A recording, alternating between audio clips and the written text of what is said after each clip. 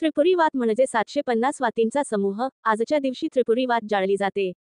मनुष्यमन षड्विकारांनी ग्रासलेले असते. त्रिपुर वात जाळल्यामुळे त्या विकारांचे दमन व्हावे अशी प्रार्थना केली जाते.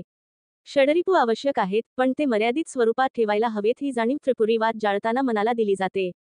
महादेवासमोर त्रिपुर वात जाळण्यामागे आणखी एक कारण म्हणजे, ज्याप्रमाणे महादेवांनी त्रिपुरासुराचा वध करून देवांच्या आयुष्यातील अंधकार दूर केला, त्याप्रमाणे आपल्याही आयुष्यातील अडचणी दूर करून महादेवांनी आपले आयुष्य प्रकाशमान करावे अशी प्रार्थना केली जाते. त्रिपुरी पौर्णिमेला महादेवाच्या उपासनेचा दिवस समजला जातो. या दिवशी शिवपिंडीवर दूध पाण्याचा अभिषेक केला जातो. दुधाचा नैवेद्य दाखवला जातो. बेल व पांढरे फूल वाहिले जाते. शिवस्तोत्र म्हटले जाते. त्रिपुरी वात पूर्ण जळली की त्याचे भस्म शिवलिंगाला आणि घरातल्या सर्वांना अंगारा म्हणून लावले जाते. या दिवशी दानालाही अधिक महत्त्व असते.